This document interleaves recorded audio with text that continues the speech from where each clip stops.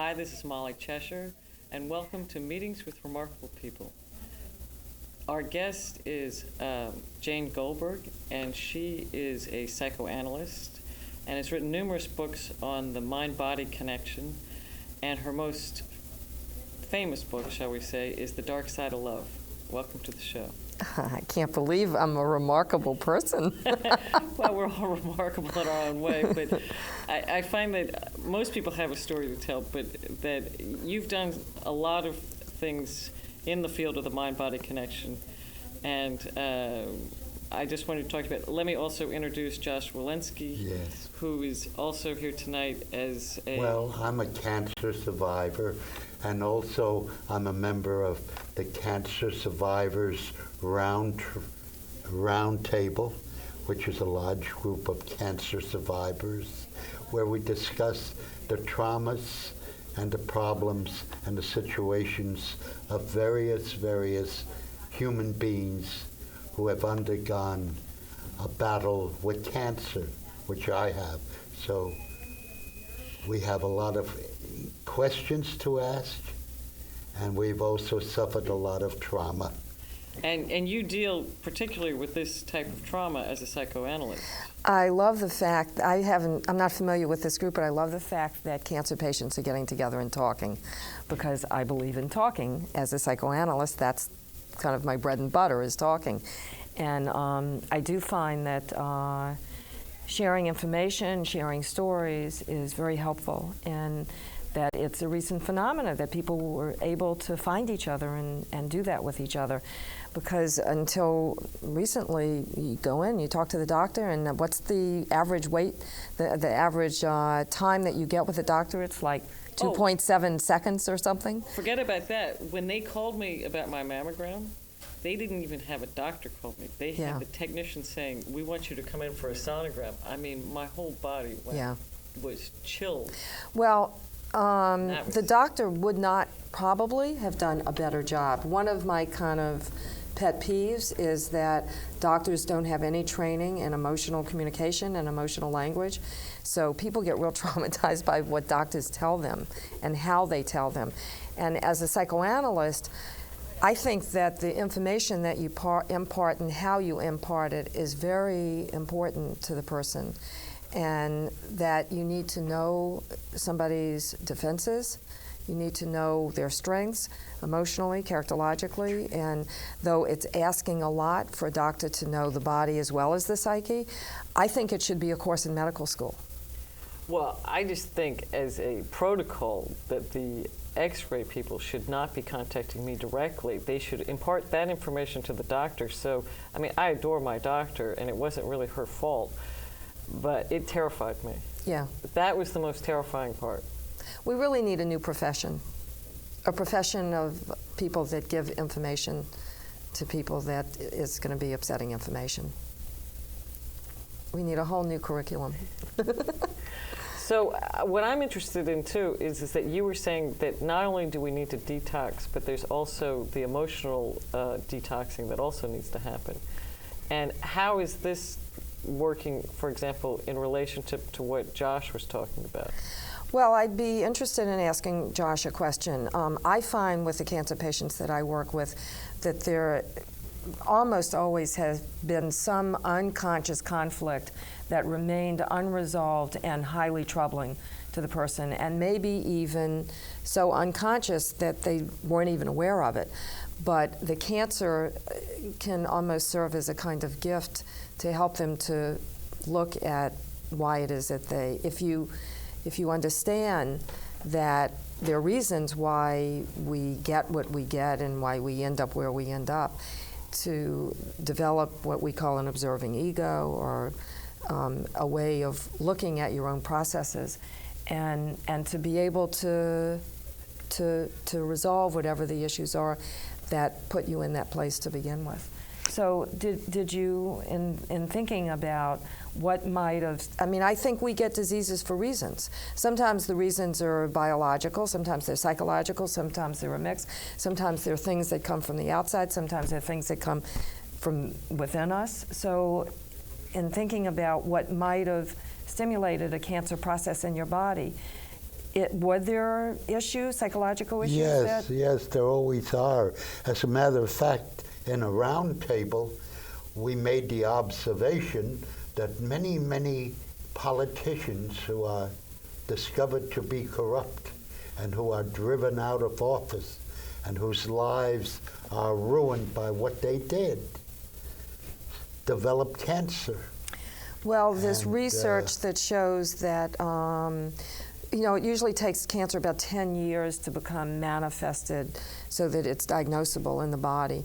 And there's research that shows that for some period of time after a very traumatic loss, like you're old enough that you would remember the Shah of Iran, he lost his country and then developed cancer. So it could be loss in a variety of ways, but yes, often there's a mourning that, the definition of mourning is that you have these feelings of sadness and then it resolves itself and you go on and live. But melancholia, what Freud called melancholia, it's an unresolved mourning that goes on and on and on. And we do find that when you see that on the level of the psyche, that sometimes that manifests itself in the body in a biological disturbance also. Well, there's a wonderful story in this room, and Paula Gloria knows it, and probably Molly knows it too, about Demetria. She was discovered to have cancer, so she said, I'm going to fight it like the people in my country fight it. I'm going to go home and drink all this fine homemade wine. And today there's no trace of the cancer. So you hear. And go to the beach. And you know stories like No, that. and also go to the beach. That was her other solution. Well, the vitamin D would have really helped her. Retsina might have helped too. You never know. Right. But and allowing herself to have a life of her pleasure. oh, maybe she'd been denying herself pleasure, and so that was what caused it. Mm-hmm. Yeah, if you really want to drink wine and go to the beach and you don't give yourself license to do it, and then suddenly you find a reason to say, well, I don't know how much longer I have to live, so I'm just going to do what I want here. Yeah, there's a tremendous liberation there. All kinds of things can happen biologically good proteins and good things getting released on the biochemical level and bad things being destroyed. So as a scientist, you can trigger biological biology that will help you cure and overcome the cancer? Hormones are the biochemical representation of feelings. Hormones are supremely sensitive to whatever it is that when we change a feeling, we change our hormone, and thus we change our biochemistry. So part of the reason why we get out of balance is that as a psychoanalyst, I study people's character.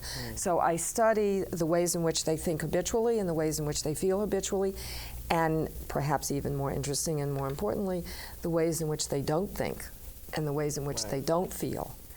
And so let's say you're thinking or feeling depressed a lot, and you're thinking, I don't really know why I'm living, and I'll never get married, and nobody will ever love me. And so that... How did you know what I was thinking? That thought feeling has a biochemical representation in your body, but in terms of balance, the same chemical is being stimulated over and over and over again.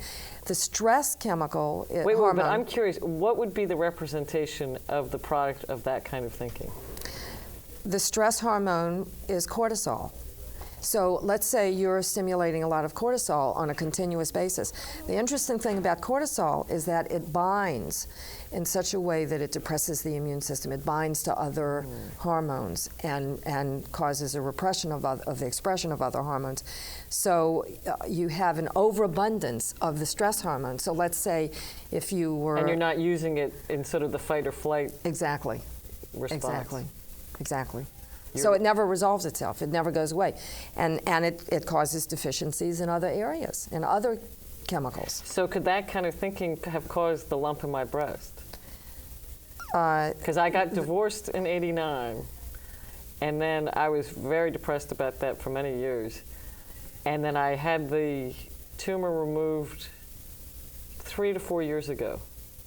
So it's kind of right around that 10-year period, and it was benign, but a psychic had said the cells were turning, and that's why I had it pulled out. I mean, it was large. It was that big, and so. Well, if your question is, can thoughts and feelings impact on your body? Can those particular thoughts? Because what you described probably describes how I was feeling. It's not so much those thoughts. It's the never-ending repetition of those thoughts that puts us out of balance so much. Because we're all going to feel hopeless at times. Of course. We're all going to feel... This was a continual tape that kept running on and off over the years. Yeah. You know, even though I got engaged again, but that didn't work out, and then you think, oh, I'm never going to get married, no one's going to love me, you know. Oh. We'll all be killed. So it was really what you were thinking. And I wonder if that could have been the manifestation of that continual tape that was not always present, but kind of always running in the background. And what's interesting to me, too, is that sometimes even if we do have those kind of tapes running in the background, sometimes your constitution is so strong that you can overcome it on another kind of unconscious thing that's running, in a way. You know, because sometimes I wonder, you know, everyone thinks you think positive thoughts and positive things will happen.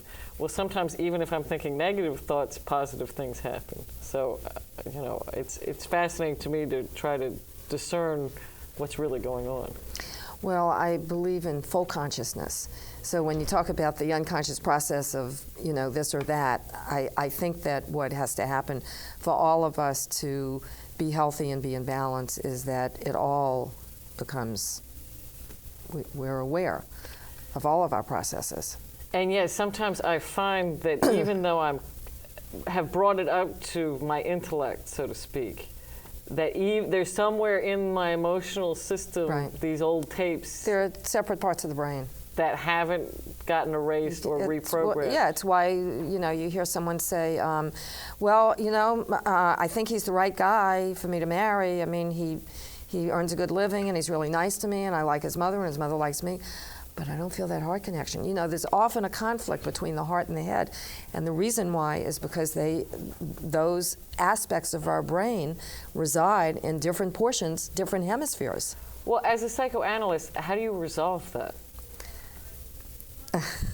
I mean, I know this is a big question, but this is sort of whatever it is that is conscious, there is an unconscious counterpart. So I have patients that come in and say, I hate my mother. I love my father and I hate my mother. And by the time the analysis is over, they're going to say, you know, I'm really angry at my mother because blah, blah, blah, and my father is the greatest guy.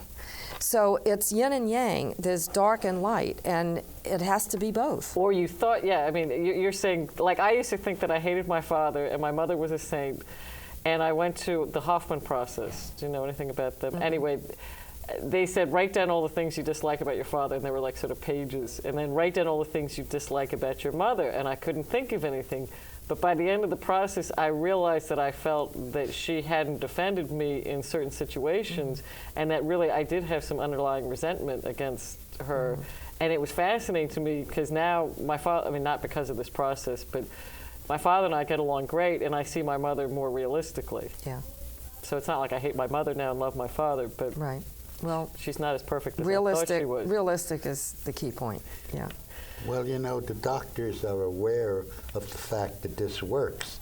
And, you know, I can't tell you how many times, because I talk to everyone and I listen to everybody, and how many times the doctors say, well, I don't know what you're doing, Mr. Volinski, but just keep doing it.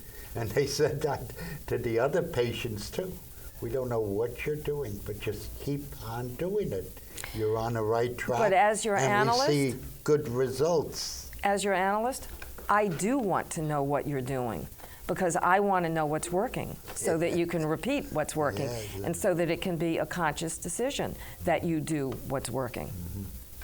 Yeah, and the doctors don't do that. They just observe that the patient is getting better, but they don't focus in on what is causing it, or what? Well, even more importantly, the way modern medicine is set up in this country is that we don't focus on what causes disease. We're just focused on eliminating the symptoms of the disease, whether it's a cancer tumor. If you have a tumor, you know, it means that a tumor is actually a collection of toxins.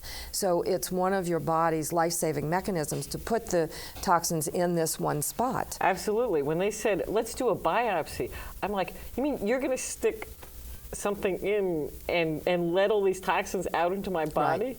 Right. I said, thank you very much, because, you know, supposedly, if you take a tumor that is that big and you poke a bioptic needle in here, the cancer may be over here. Right. So there's no guarantee. I go, if you're going to go in there, just take it out, you know? I mean, because I don't want to mess around with all these toxins being dumped into my body. Right.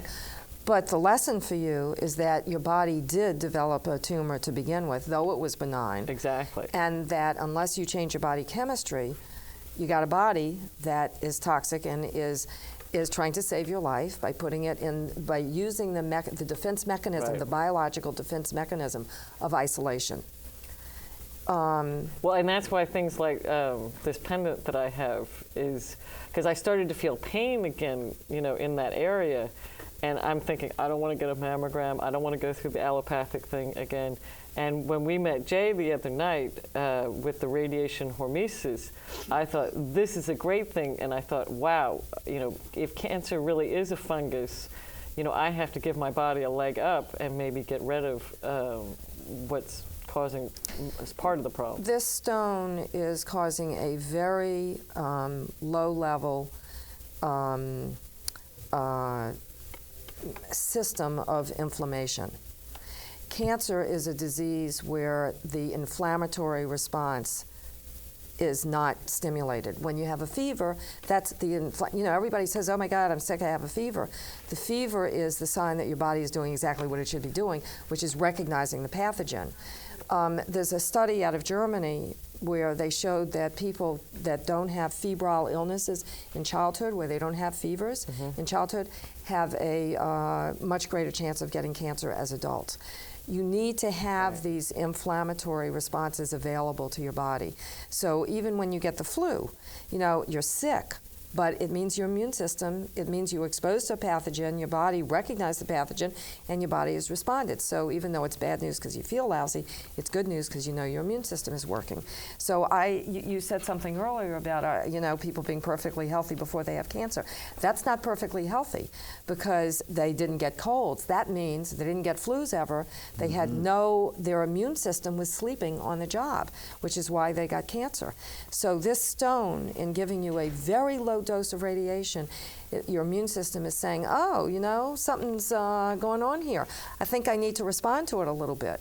And thus it kills fungus and parasites and various other little critters that are circulating in your body that are wreaking havoc. Jane, I'd like to ask you something to make me a more responsible person. I'm very close to a lot of radical women.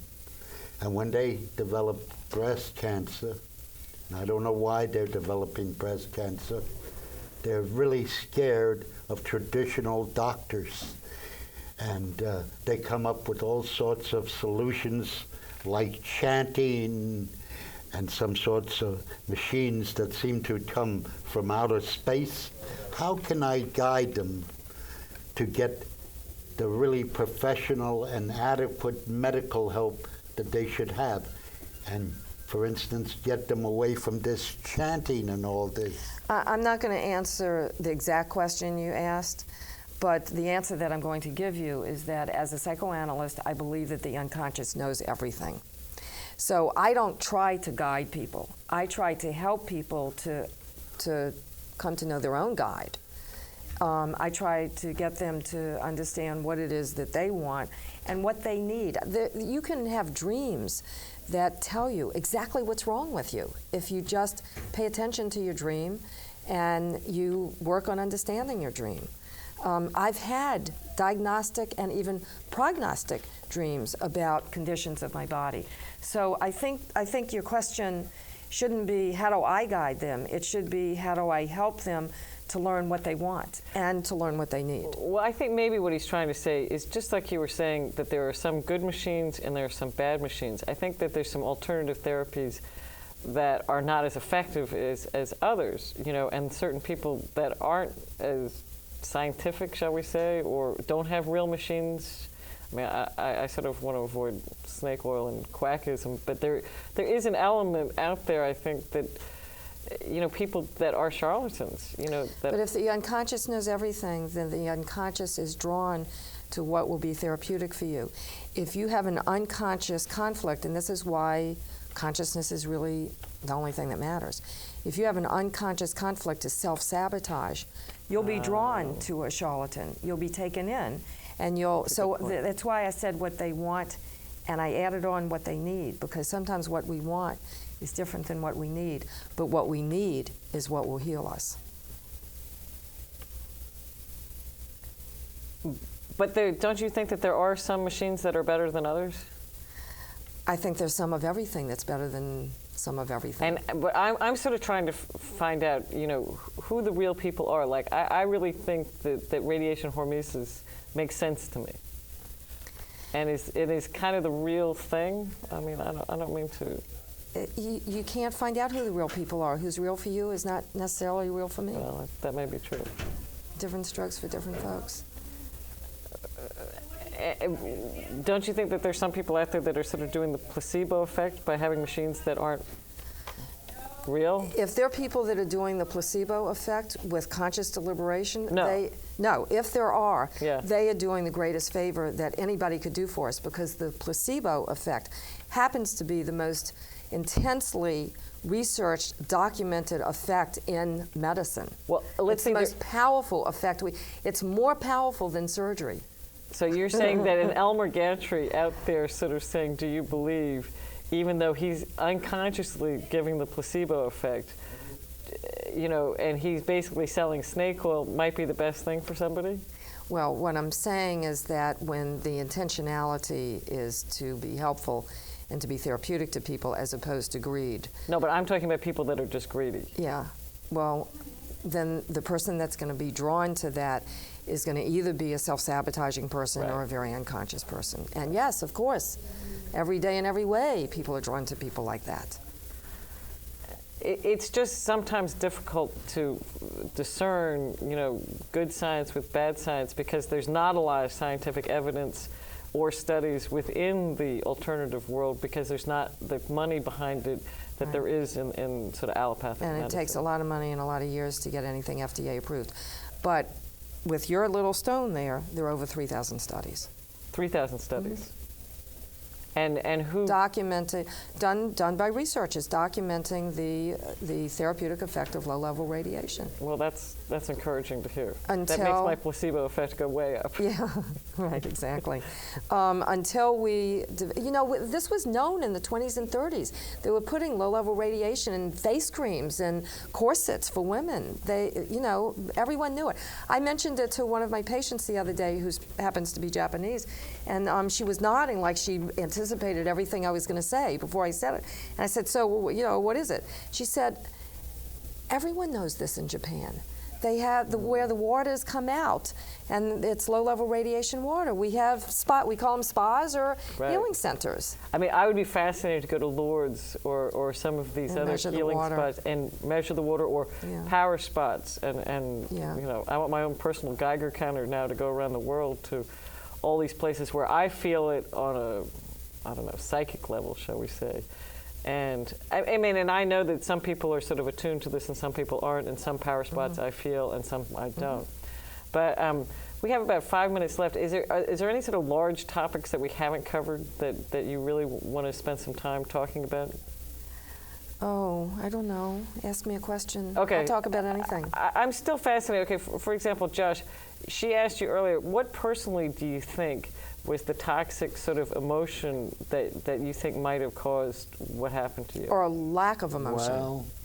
Well, look, I had several personal things.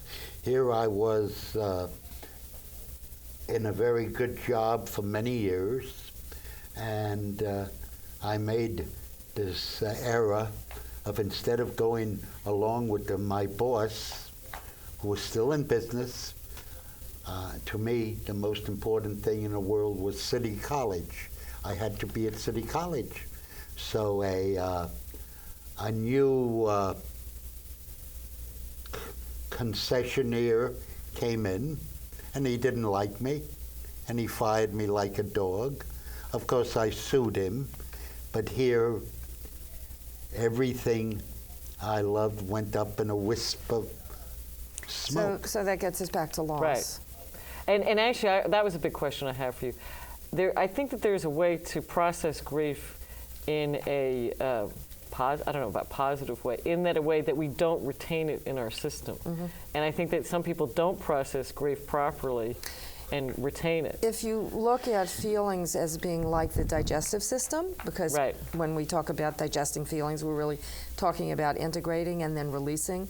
So in terms of the digestive system, the food has to be, we have to integrate it in order to use it as nourishment, but we could, it could move out too quickly, and then we're not, you know what I mean by, well, then we're not getting the nourishment, or right. we could, you know, eject it before it even reaches the point where we might use some nourishment from it. So it's the same with feelings. It's got to go through our whole psychic system. And that will lead me into talking about language. Yeah, you're right. See, at the round table, we discussed that topic, and everyone was asked, since most of us talk too much, including me, we were asked to describe what could have caused your cancer. Put it down on a piece of paper in no more than 2 words. So people put down terrible divorces, loss of jobs, loss of a loved one. Mm-hmm. Loss. Yeah, loss. Okay, so we've got 1 minute to give us word. just a quick tip on what would be a really great way of processing grief. The difference between us and animals is the neocortex. The language resides in the neocortex. The reason why I like the fact that they got together and talked, and why I'm a psychoanalyst, is because the way it is that you process your own process is through language. What makes us uniquely human, and it makes us the best human that we can be, the most human that we can be. I really believe in talking. I really believe in putting all of your thoughts and feelings into words, and that's what I do with my patients. So talk therapy really works. Yes, absolutely. There's documented research on it because we're scientists. And if we're really connected to what we're saying, because sometimes I find that people intellectualize by talking. It's why you say talk. It's why you say talk about your thoughts and your feelings. Exercises both hemispheres in the brain, the feeling function and the thinking function, the left brain, the right brain. You know, the right brain, the creative side, the left brain is the language, logical side. Okay, they both have to be exercised. I'm sorry to quickly wrap up. This has been Molly Cheshire, and we've been with Jane Goldberg and the La Casa Spa. And your website is? DR for doctor, drjanegoldberg.com, and lacasaspa.com is the La Casa website. And it's at 41 West East 20th Street between Park and Broadway. Between Park and Broadway. And Broadway, sorry. Anyway, thank you very much. This has been Meetings with Remarkable People with Jane Goldberg and Josh Volinski. Yes. Thank you.